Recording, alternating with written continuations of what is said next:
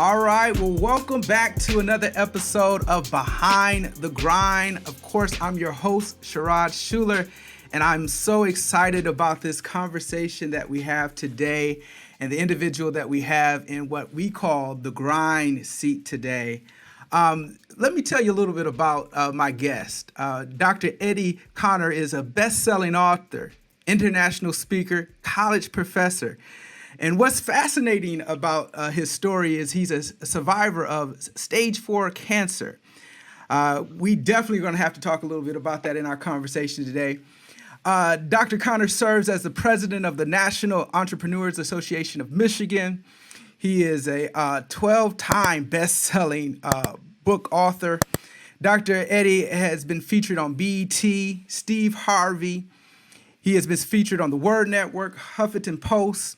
I mean, he has been doing his thing. And so we definitely have someone in the grind seat that has really been demonstrating what it is to make impact and make influence out here in these streets, as I would call it. So with all that being said, the accolades go on, and I could read through them all. But I just want to take this time and to welcome Dr. Eddie Connor to Behind the Grind. Welcome.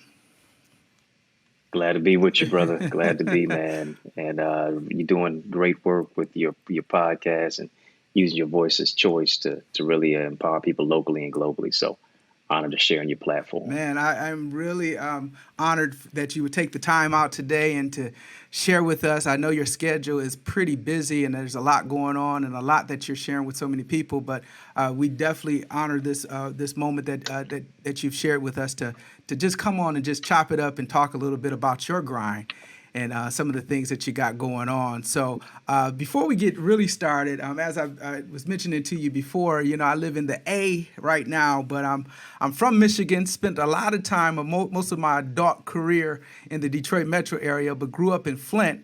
So I take it that you live actually in the D. Is that correct? Yes, sir. Yes, sir. Both Michigan men. Yes, Michigan men. And you're a Flintstone. I'm a Motown Yeah. cat. So, my hometown is Motown, Detroit, East Side. What up, though? The 313 represent. Yes, the what up, though? 313. Now, did you pretty much grow up there all your life, or is that your story, or? Born in Detroit, Michigan, but raised for part of my life in Kingston, Jamaica. Oh, interesting. And okay. yeah, man, no problem. Real team. Awesome. So, being able to see the culture of our people doing things in empowering other people to overcome obstacles is, my life's journey, but also doing ministry down there as a kid. My mother and my father, prior to their divorce, had myself and my brother there. And I mean, just to see just the beauty of people, even though they're in a third world country, and they're still grateful, even though a lot of times their feet are their shoes, and so, but they're so blessed despite it. And despite all the problems they have, what they say, no problem. No problem on. I don't know if I did that right, but You got it. That is awesome. And I mean, that's actually, that has its own, story behind it. Obviously, you grew up in the D, so obviously, the streets of the D per se and all of that. But then you have this interesting twist of growing up there in Jamaica. Definitely it speaks to, probably the things that you've seen and the things that you've experienced throughout your life, which is probably adds to the flavor of what you deliver and what you do. When you're sharing. So what I really want to get into, and this might explain it, I know there's that stereotype there, but I wanted to really get behind this grind of you. I was sitting here and I was trying to count up your books and all the books that you've written. And I think I stopped somewhere around 9 or something. And it just kept going. How many books? Let me just ask you, how many books have you written? In the words of LeBron James, not 1, not 2, not 3, not 4, not 5, not 6, but no, 12. I just came out with my 12th book. That's just a couple of days ago, and so by the time they hear it would have been just a couple of days ago. But just came out just as of March 4th, empowering people to March 4th. and build healthy relationships. Man, I live in we live in a cold, well, you now a little warmer city. but But I'm in a cold weather city, man. Ain't nothing to do but grind. right, but grind. But Jamaicans have all the jobs anyway. So that's amazing, man. Yeah, so you make good use of your time, in the house. You make good use of your time, and that makes sense. Man, that's amazing. I was looking at it. I'm like, this brother's dropping books like mixtapes. Back in the day, they would drop mixtapes, and growing up in Flint, that's all we saw. Cats, dropping mixtapes. That was what to look forward to. But I think what you're doing right now is inspiring another generation, right, to be authors and to be entrepreneurs and to do things that we just didn't see growing up. You know what I mean? The things that we saw was just the only way to really overcome or to really get out, as we saw it, was either the factory, right, or write a hot song, for Motown, or rapping per se, right, or play, dribble a ball or play some type of sport. So you're really transforming the mindset of our youth today. And so with that being said, I was reading a little bit about your mentorship program.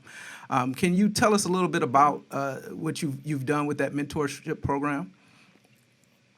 Yeah, I started a program called Boys to Books, focused on literacy, leadership, and life skills enrichment. Those are three areas. And really wanted to empower and impress upon our brothers the whole aspect of, there's value in books. Reading is not just an effeminate thing, but being able to share and tell your story and how to transform your life literally from boyhood to manhood. And, it really hit me near and dear to my heart because I taught school for 12 years. Some people say 12 years a slave, but taught school for 12 years on the high school sector and then went to the collegiate sector. Okay. And oftentimes when I would see a brother open up a book, his eyes would close. And so being, you know what I'm saying? Let brothers get the best naps at that time. And so to be able to speak life into their life and do the mentorship aspect. I grew up without a father in my life. And oftentimes the question becomes, how do you play a role when you weren't given a script? How do you become a man if you don't see one, much less interact with one? And so to understand that vulnerability and masculinity can coexist in the same space, and not see it as femininity, but being able to express yourself, being able to talk about many of the things that us as boys and men deal with and try to grow through. Did some work on the congressional side, worked with former Congressman Hanson Clark during the President Obama administration. We were able to pass a resolution, HRES 721, focus on bolstering literacy among Black and brown boys in America, and coupled that with which became the impetus for President Obama's My Brother's Keeper initiative. So just doing the work, son of the city of the D, and just really trying to empower our people as best way, shape, or form as we know how. Man, you're representing the city well, I must admit, and so kudos to you, man, for just doing that. And again, the impression that you're probably leaving on the next generation, especially giving them a new way to look at things and a way to do things, is definitely something that needs to be done, and you're doing it. You're part of the solution, I should say, in these streets. I appreciate it, and we got to do that. When the school to prison pipeline, preschool to prison pipeline still needs to be disrupted when they're building prisons based on second, third grade reading scores. As Dr. Jawanza Kanjufu talks about the conspiracy to destroy Black boys, I think we've got to really see, as we've seen even with COVID-19 and how virtual teaching has shifted, and now the parents more than ever before got to be the teachers. For real. One room schoolhouse. We literally back to that. So, I think is very, very vital and important to the growth and the maturation and development of our brothers becoming scholars, leaders, husbands, and fathers in our communities. Definitely the thing to do. Now, shifting a little bit too, I read in your story as well, you overcame some challenges early on. And I think that is, I've been following you for a while and so forth and been paying attention, but I guess you've been doing so much. I didn't realize that this was a part of your journey. Can you talk about, overcoming cancer, right? How that process and what that was like? Absolutely. 2021 marks 21 years being cancer free for me. Praise God. Nothing but the grace of God, to where I don't look like what I've been through. And I've learned, through chemotherapy and radiation and hair loss. My own father and I visited me one day in the hospital, and people who you thought would be for you were praying for you, in many cases praying on you. That your test is a testimony, your misery is ministry, your mess is message, your stumbling block is a stepping stone. God uses your setback as a setup for your greatest comeback. He uses your tragedy as strategy, to move your life to the next level. And if we had the movie The Color Purple playing, I know Coming to America just came out, but we had The Color Purple playing. I tell you, like Sophia, all my life I had to fight. And so, well, you definitely all my life, been grinding all my life, and behind the grind, that's really having to grapple. People see the sort of quote unquote glory, but there's a story, and really the glory belongs to God to be able to overcome that and find the can in cancer. Psalm 118:17 says, "You shall not die, but live and declare the works of the Lord." And so, to be able to move to the next level due to praying mama, and just the tenacity on the inside to say, I'm not going to give up. A knockdown is not a knockout unless you stay down, to overcome those obstacles, and still be told at the age of 17 I'd never go to college. Don't even think about community college. Pick up a trade, what my guidance counselor said. Never gave me no guidance nor counseling, because she knew my favorite two classes in school were gym and lunch. I wanted to chase the girls in gym and then sit down and eat with them at lunch. But the cancer was not the last fight. And I said, I'm going to fight to get to college. I'm going to fight to get my degree. And same person who told me I'd never go to college, I had to show up to my graduation from college. God, man. So, it's a blessing to be able to overcome obstacles and say, hey, man, if I can do it, anybody can. So if you don't mind me asking a little bit more about that, what was like, I know, there's a lot of people that, have this situation per se, but you've kind of taken that and embracing it, and you've turned it into your story. Was there some type of mentor in your life at that time? What helped transform you? I know you mentioned prayer and so forth, but what helped transform your mind at that time? Yeah, my mother did as best as she possibly could for me. She was coming home during her lunch break after teaching, during as a special ed teacher, and helping me and say, hey, you're gonna take off the pity party hat and keep on moving and overcome obstacles. But my grandfather, God rest his soul, told me, a knockdown is not a knockout unless you stay down. He also told me, you don't have to tell anybody how good you are. If you're good at what you do, they'll tell you. That's good. And certain guardian angels were sent into my life. I remember I had a homebound teacher. At that time, I was not able to go to school my sophomore year. And she came, and she would come to the house and give me the work and just kind of help me. And I'm feeling nauseous, hair had fell out of my head and all type of stuff. And she was just helping me to overcome and just give me some encouragement and do a couple of assignments. And her husband took a liking to me and just kind of just brought me under his wing. And these were folks who didn't look like me, white people who, and I was in many cases going to a school that first time I ever been around folks who didn't really look like me. So it was culture shock.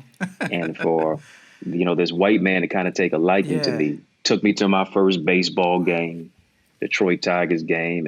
And it really helped me to dispel, some of the racial ineptitude and animosity oftentimes that we are stereotyped by and how we think people see us. But he really helped me at that time in my life and was a somewhat of a surrogate mentor, much less father figure. And listen, no way in the world would I have been his son. But it's interesting. He and his wife were not able to have children at that time. And he had no children of his own, not even a son, but you knew he wanted one because baseball was his thing. And he just, took me under his wing. And I think between my grandfather, my mother, my homebound teacher, and her husband, I think that was enough to keep on moving on. There were at least 4 people who wanted to see me alive. And so I think it's the love of them that made me want to fight. Man, that's beautiful, and I'm glad that you brought that out. I mean, you just telling that story. The gentleman or the angel, I should call him, right?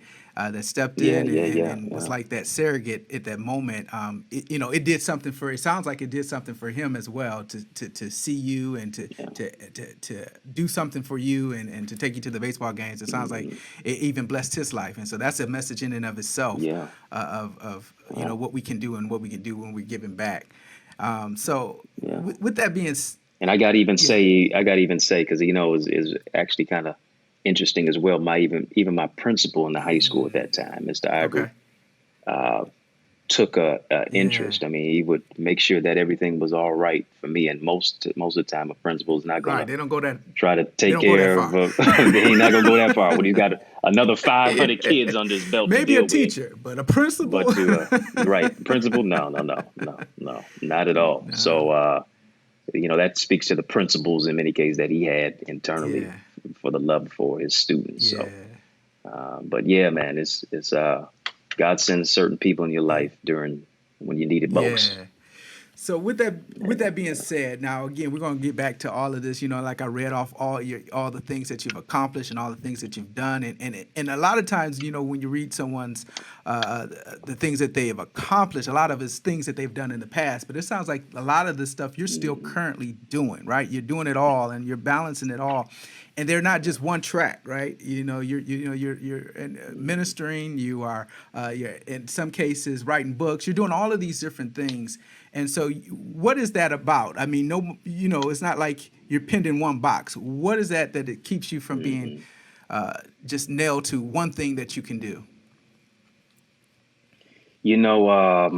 I think it is just the whole aspect of I got another chance, Mm, and I understand how life in many cases can be a vapor. mm, Uh, you know, um, just the whole aspect of being the underdog.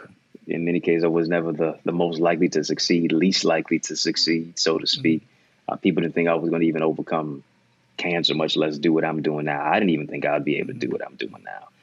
I saw the rapper Ludacris on social Yeah. media flying a You saw that, plane. yeah. I saw Breaking that, all kind of and stereotypes there, right? uh, breaking all kind of stereotypes. This brother's a rapper, but he up in the air flying the plane. And I said the other day, I said, isn't it ludicrous for people to think you can only do one thing? Well, Wow. Yes. I am not. You listen.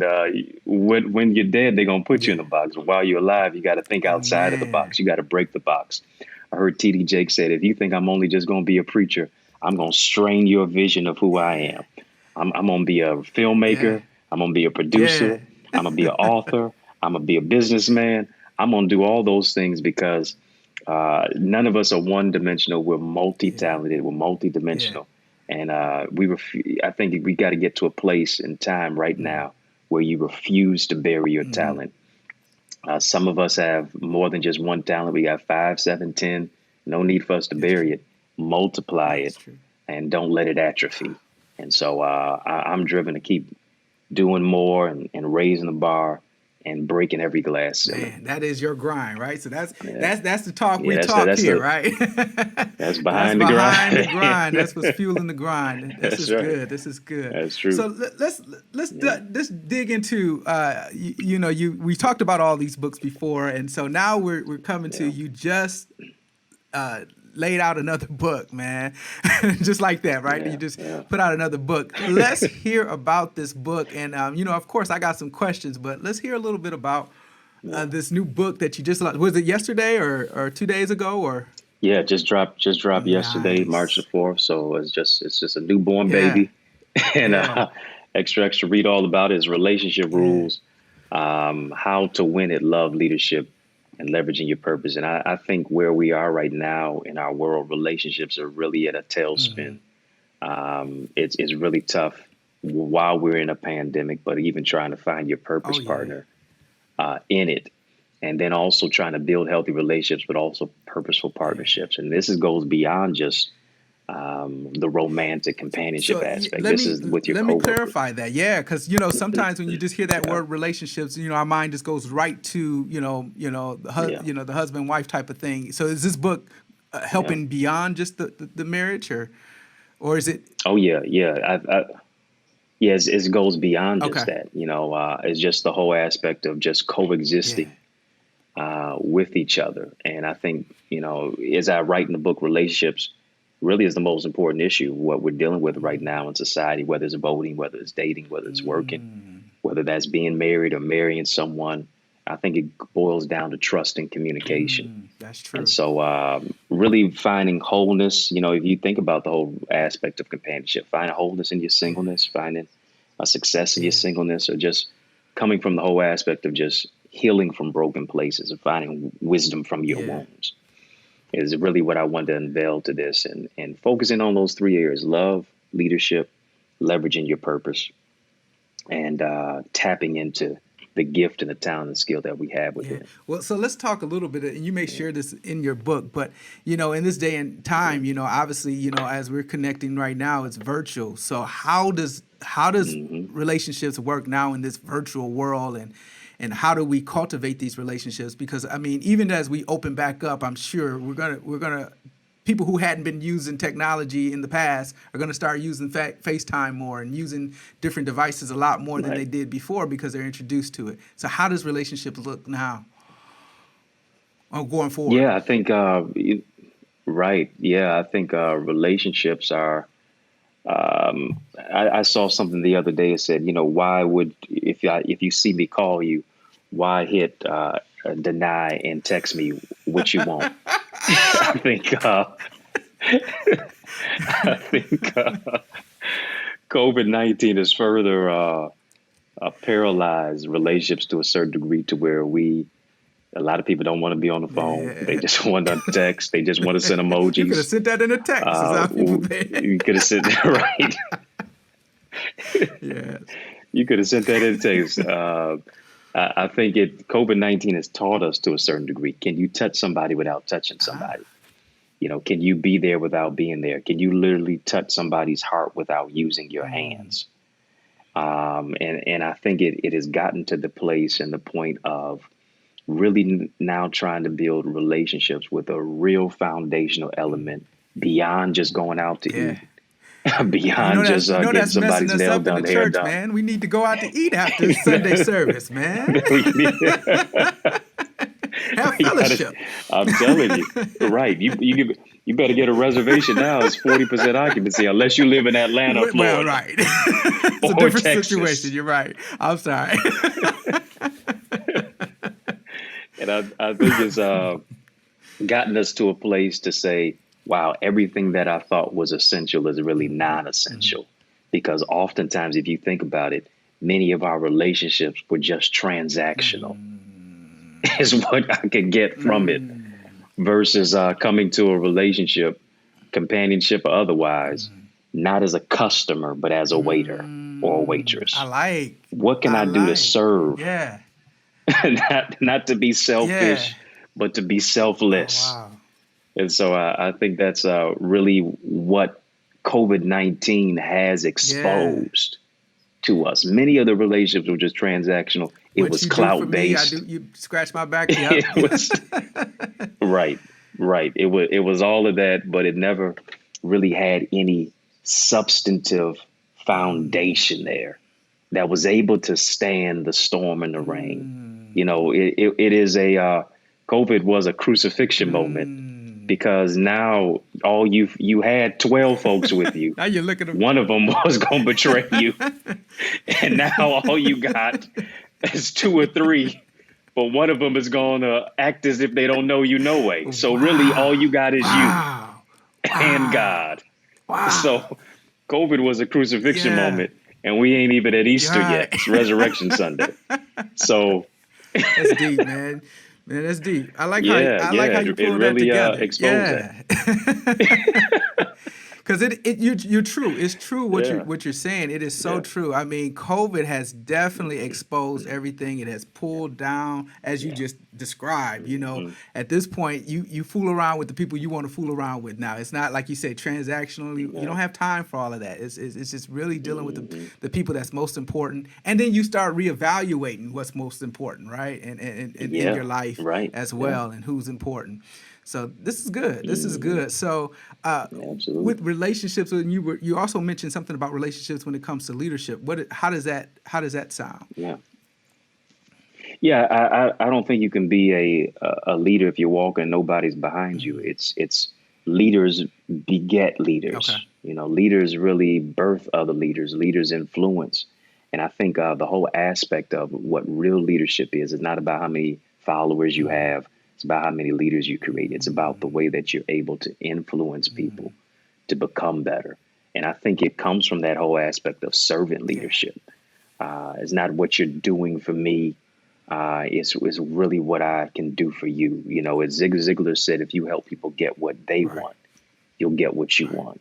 And so being able to influence people to move forward, to overcome obstacles. And I think it brings it to a place of transparency and authenticity, which I think another thing is another layer that COVID-19 has revealed. Not trying to sell it, but to storytell it is where it is that I think real leadership is. You can learn by the mistakes that I made. Life teaches you in two ways: mistakes and mentors. Wow. Man, this is good. I can't wait to really dig into it. Obviously, it's fresh off the press, so it's going to take a minute to get through it. But man, so far, just your writing style is actually really good as well. So man, just keep doing what you're doing. It's for us guys in the streets, right? we can relate to some of the things that you're sharing from the streets to the suites, brother. There you yes, go. Sir. Right. It allows us to relate. So man, good writing.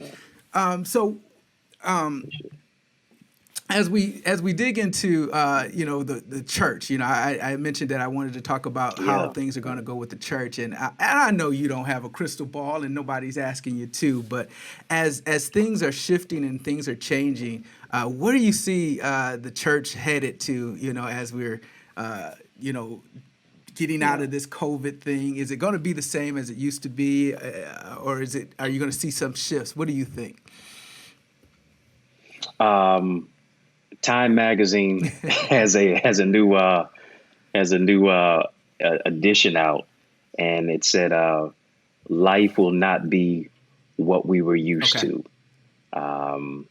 Basically, normal is not behind us, normal is ahead of us. According to the New York Times, 33% of churches due to COVID-19 will either have to close or will have to merge. 440,000 Black people have already shut their doors as of April of 2020, according to Black Enterprise. 40% of Black businesses have gone out of circuit. When you think about many of the prognosticators of religious thought, based upon what I have read, they said the new mega church will be the micro church. That no longer will members be trying to flock to any type of locale that is more than 200 to 300 members. So literally the potter's house has now been back to the house, right? You think about Acts chapter 20, and it's interesting. We went through this in 2020. As Paul said, I've left nothing that was profitable for you, but I've taught you and from house to house. Isn't it interesting? We were confined to the house. The New Testament church didn't begin in a synagogue, in a sepulcher, in a great celestial establishment and sanctuary. It began literally from house to house. And I think that's really what we are back to after the song and the dance and the shout and the three chord anthem and the 8-octave hoop and spin around 3 times and high five your neighbor. I think we're back to a whole aspect of where is the authenticity of the word. Notice this: the most celebrated person now outside of the preacher in the church is not the organist, is not the choir. It is your your cameraman. You're right. It's your digital. You are so right. It's your digital design guy or girl. They have come from the back to the front. They're more important than your organist. And they was always in the back. Oh, they have been anointed for a time such as this, man. You are so right.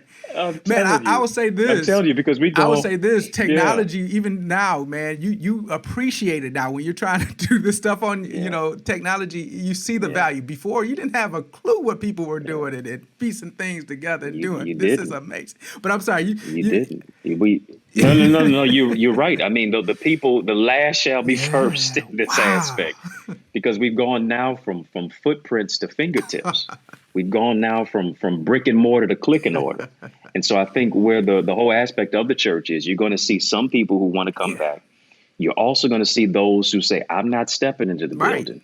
But then you're going to have some individuals, because it takes 21 days to form a habit. And we've been quarantined more than 21 days, who are saying, I don't need to step into a building. I know how to cook pancakes and praise in pajamas. Man. And I'm used to this lifestyle to where I can get the word. I can attend 10 services on a Sunday. All in my pajamas. all in my pajamas. That is so right. And I can still give my tithe and be an e-member, literally through a Cash App, that is so through a digital true. Download, whatever the case may be. That is and so I think we're going to see those three types of entities where we are. But, Jesus did say, greater works than these shall ye do. I think he knew we'd go virtual too. Brother, you a wordsmith, man. I got to give it to you, man. God has definitely graced you with that, brother. Man, God is good, man. It's just kind of a way I think, but I think when you're synchronizing it all, this is where we are, and we're not going to go backward. This is where we're here. And I think it's going to be even a hybrid of it. Yeah, definitely. It's going to be a hybrid of it as well, the virtual and the physical. Man, well, this is good, man. So, like I said, I appreciate you taking the time today and just talking to us. I'm like I said, I'm excited to hear about your, this new book, and excited to get my hands in it and get in it and dig in it and really read what you've got there. But before we get out of here, now that since we've covered the ground of Flint and Detroit, I don't know if you've had a Flint Coney, but would you choose a Flint Coney? Well, that sounds good though. Listen, I'll bring you a Detroit I've had Coney. them. They can't compare to the Flint Coney. So really what I was trying to do was trying to introduce to you the Flint Coney while we had this moment. Look how I did that. Normally I try to do a either or, and I know you didn't really know much about the Flint Coney, but I figured I'd just introduce that to you. So if you've ever get a chance to go up I-75, make sure you grab you a Flint Coney on the way there. Man, it sounds like it might be worth the drive. Straight off rip. Off jump. But yeah, man, this conversation definitely, I was, definitely anticipating this conversation. It definitely was a great conversation. Some things that we wanted to hit on, touch on, and man, you summed it up real compact and nice, man. You really gave it to us. I was expecting you to go all around the fence when it came to the church, but you kind of put it right there. It sounds like you thought about it. Let's hit it right where it is, man. So, listen. I'm so used to being in the sanctuary, man, and try to now go into the cyber sanctuary. It's been totally different. Yeah, how's that for you? You on the other end, and I know you sound like you might rock the mic a little bit. So how's it been for you? I tried to tune it up just a little bit. But see, you know what? Preaching has shifted now. Yes. It shifted from just the hoop, because I think there's a generation who doesn't understand the C.L. Franklins and all the way up to where we are now. True. I think where it has shifted is preaching has become more conversational. Yeah. It's become more teaching style. And almost even professorial to a certain degree. People really want some itemized blueprints of how it is that I can make the word active in my life. So, I think it one revelatory examples in that whole aspect. So it's moved from the celebratory aspect of presentation style to now transformative teaching. That's good stuff, man. Good stuff. So, of course, those of you who are listening, how can they follow you if they have not? I'm sure most of people who are listening today may have already been following you. But if by chance someone isn't following you, how can they go about following you? How can they go about getting a hold of that book and just learn a little bit more about the things that you got going on? Well, you sound like you did an invitation, man. So the doors of the digital I'm getting it down pat, the digital doors are open. Will there be one? No, man. It's been an absolute honor to share on your show, man. And you got the S on your chest twice, Sherrod Schuler. Being the Superman that you are, man. And so it's great to be able to share with you. I'll say this, you can just connect with me. I'd like to say that the revolution not only be televised, it'll be digitized. So go to my website, dreddieacademy.com. We have a relationship academy there focused on those 3 areas of love, leadership, leveraging your purpose, where you can really be impacted as we do our virtual workshops and our master classes and our seminars, literally all from the comfort of your home via computer or phone. Then, of course, my book, Relationship Rules, is out. You go to dreddieacademy.com/book. It's available on Amazon, Barnes & Noble, as in 3 ways: as an ebook, as an audio book, even as a physical copy. Yeah. And so, and then of course, connect with me: Facebook, Instagram, Twitter, at Eddie Connor Jr. EDDIECONNOR JR.